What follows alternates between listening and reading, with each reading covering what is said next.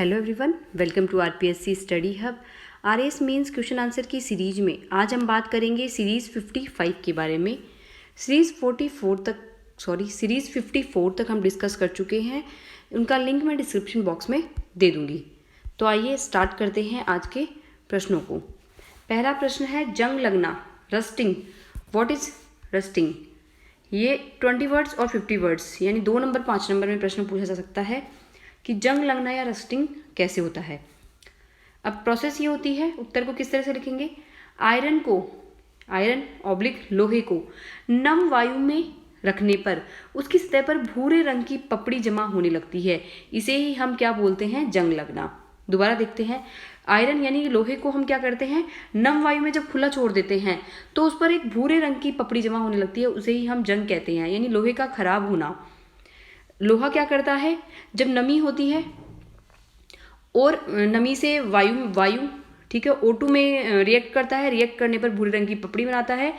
और ये परत जो होती है वो किसकी होती है, ये भूरे रंग की पपड़ी होती है आयरन ऑक्साइड।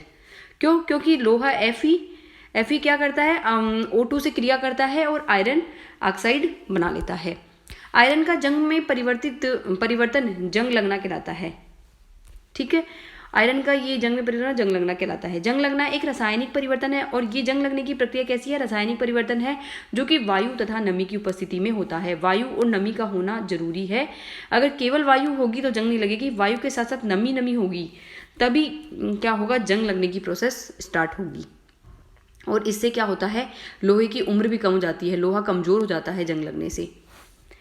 एग्जाम्पल, आयरन तनु सल्फ्यूरिक अम्ल के साथ हाइड्रोजन गैस देता है, जबकि जंग तनु सल्फ्यूरिक अम्ल के साथ हाइड्रोजन गैस उत्पन्न नहीं करता है। ये एक फैक्ट हो गया। दूसरा प्रश्न है रेडियो आइसोटॉप्स। रेडियो आइसोटॉप्स क्या है?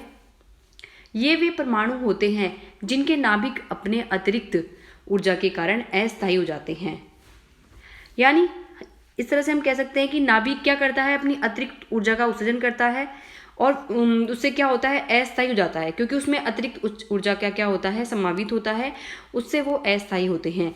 ये समस्थानिक अपनी ऊर्जा को गामा किरणों के रूप में, और जो समस्थानिक होंगे वे अपनी ऊर्जा को किस रूप में निकालेंगे, वो अल्फा बीटा गामा उत्सर्जन के रूप में उत्सर्जित करते हैं। अल्फा बीटा गामा 3 किरणों के रूप में समस्थानिक अपनी ऊर्जा को उत्सर्जित करते हैं। उदाहरण Na सोडियम 24, इसका परमाणु क्रमांक 24 का उपयोग रुधिर परिसंचरण तंत्र का विकार ज्ञात करने में किया जाता है। ओके, फिर है कोबाल्ट 60, CO60 का उपयोग कैंसर के उपचार में किया जाता है। C14 कार्बन 14 का उपयोग अजीवी कार्बनिक वस्तुओं की आयु निर्धारण करने में तथा प्रकाश संश्लेषण के अध्ययन में किया जाता है। इसके अलावा फल व सब्जियों को बचने के लिए, सड़ने से बचाने के लिए विभिन्न प्रकार के समस्थानिकों का प्रयोग किया जाता है। और आजकल तो क्लोटिंग्स को रोकने के लिए भी रेडियो आइसोटॉप्स का प्रयोग बहुत ज़्यादा किया जा रहा है। कैंसर के उपचार में भी कोबाल्ट 60 का प्रयोग हम करते ही आए हैं। इस तरह से रेडियो आइसोटॉप्स के और भी उपयोग हैं, लिंक मैं डिस्क्रिप्शन बॉक्स में दे दूंगी। मैंने रेडियो आइसोटॉप्स पर एक बहुत ही बेहतरीन वीडियो बनाया है, पूरा टॉपिक रेडियो एक्टिविटी का कवर करा है। प्लीज़ आप वो वीडियो जाकर जरूर देखिएगा, वो मेंस के लिए काफ़ी इंपॉर्टेंट है, वहाँ से काफ़ी क्वेश्चन पढ़ सकते हैं, तो आप देखिएगा। ओके, अब हम चलते हैं नेक्स्ट प्रश्न पर। नवजात हाइड्रोजन, नेसेंट हाइड्रोजन। उत्तर कैसे लिखेंगे, ये 20 वर्ड्स 2 नंबर में बन सकता है। नवजात हाइड्रोजन रासायनिक प्रतिक्रिया के फलस्वरूप किसी यौगिक से तुरंत निकली हुई हाइड्रोजन गैस को नवजात हाइड्रोजन कहा जाता है। यानी हम ऐसे कह सकते हैं कि रासायनिक प्रतिक्रिया हो गई, रासायनिक अभिक्रिया हो गई, तो उसमें क्या होगा, कोई यौगिक है उससे जब फटाफट बहुत स्पीड से हाइड्रोजन गैस तुरंत निकलती है तो उसे हम क्या बोलेंगे, नवजात हाइड्रोजन। इस अवस्था में इससे बहुत अधिक ऊर्जा भी निकलती है, क्योंकि यह गैस उच्च दाब से निकलती है, दाब बहुत ज़्यादा होता है और बहुत स्पीड से ऊर्जा निकलती है, अतः यह अत्यंत क्रियाशील भी होती है। तो इसकी एक्टिव पावर बहुत अच्छी होती है नवजात हाइड्रोजन की। ओके, हाइड्रोजन की इस अवस्था को परमाणविक अवस्था भी कहा जाता है। यह गैस तुरंत आणविक अवस्था में परिणत हो जाती है और इसकी क्रियाशीलता भी कम हो जाती है। नवजात हाइड्रोजन आणविक हाइड्रोजन से अधिक क्रियाशील होता है। ये इसके बारे में कुछ फैक्ट्स हैं। नेक्स्ट है रेडियो एक्टिविटी। कुछ तत्वों के परमाणुओं के नाभिक स्वतः ही अपघटित होते रहते हैं और स्वतः ही विकिरण या ऊर्जा का विसर्जन करते रहते हैं। इस क्रिया में नाभिक से कुछ विकिरण उत्सर्जित होते हैं, जिससे नाभिक का परमाणु क्रमांक और परमाणु द्रव्यमान अथवा द्रव्यमान संख्या बदल जाती है।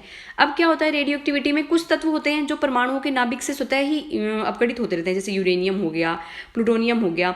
इस क्रिया में क्या होगा, नाभिक से कुछ विकिरण उत्सर्जित होते रहेंगे।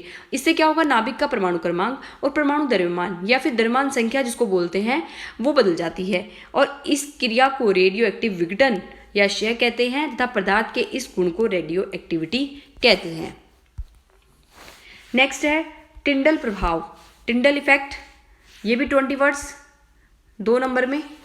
जब किसी कोलाइडी विलयन में से तीव्र प्रकाश गुजरते हैं और इसके फलस्वरूप लंबवत रखे सूक्ष्मदर्शी से देखते हैं तो कोलाइड कण काली पृष्ठभूमि में ऑलपिन की नोक की भांति चमकने लगते हैं। इसे ही हम टिंडल इफेक्ट कहते हैं, अर्थात कोलाइडी विलयन में उपस्थित कणों द्वारा प्रकाश के प्रकीर्णन होने की घटना टिंडल प्रभाव कहलाती है। समझ में आ रहा है आपको? इसमें क्या बोल रहा है, इसमें ये बोल रहा है कि कोई भी कोलाइडी विलयन हो गया, उसको जब उसमें से हम जब कोई तीव्र प्रकाश को गुजारेंगे तो उससे क्या होगा, उसके लंबवत रखे हुए सूक्ष्मदर्शी से हम देखते हैं तो हमें कोलाइडी कण पर एक काली पृष्ठभूमि में ऑलपिन की नोक की भांति यानी बिल्कुल शाइनी शाइनी सा कुछ दिखाई देता है, और उसे ही हम क्या बोलेंगे, टिंडल प्रभाव बोलेंगे। और ये केवल और केवल कोलाइडी विलयन में देखने को मिलेगा हमें। कोलाइडी विलयन में क्या होगा, ये प्रकाश का प्रकीर्णन जो है उसके समान एक दिखने वाली घटना होती है। ऐसे लगेगा एक बार के लिए आपको कि प्रकाश का प्रकीर्णन हो रहा है। तो टिंडल प्रभाव का कारण क्या है, प्रकाश का प्रकीर्णन। ओके, आई होप आज के प्रश्न आपको अच्छे लगे होंगे। साइंस के प्रश्न थे, सारे ही पेपर 2 से रिलेटेड प्रश्न थे जो कि एग्जाम के पॉइंट ऑफ व्यू से काफ़ी इंपॉर्टेंट है। So thank you for watching this video, bye.